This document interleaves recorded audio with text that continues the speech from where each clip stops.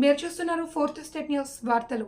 శ్రీకాకుళం జిల్లా ఆంధ్రప్రదేశ్ రాష్ట్రం బొడ్డుపాడు గ్రామంలో ఈరోజు జరిగిన సమావేశంలో ఎన్నికల్లో తమకు అధికారం ఇస్తే ఈ దేశంలో నక్సలిజాన్ని పూర్తిగా నిర్మూలిస్తానని కేంద్ర హోంమంత్రి అమిత్ షా బాహాటంగానే ప్రకటించి తన మతోన్మాద ఫాసిస్ట్ వైఖరిని మరోసారి తాజాగా వెల్లడి చేసుకున్నాడు అని నూతన సమాజ ఆవిష్కరణను కోరుకునే నక్సలిజానికి మరణం లేదని విప్లవ లక్ష్యం కోసం సాగే యుద్ధంలో ఒక వీరుడు మరణిస్తే వేలాది మంది వీరులు ప్రభవిస్తారని సిపిఐ ఎంఎల్ న్యూ డెమోక్రసీ జిల్లా నాయకులు గొరకల బాలకృష్ణ అన్నారు. కమిటీ కన్వీనర్ పోతనపల్లి కుసుమ సభాధ్యక్షతన బాధ్యత వహించి ఆమె మాట్లాడుతూ ఈ అవకాశవాద విధానాలను ఎండగట్టి ఎదురవుతున్న సవాళ్లను ఎదుర్కోవడానికి పోరాట శక్తులను కూడగట్టుకోవడమే ప్రస్తుత పరిస్థితి అన్నారు.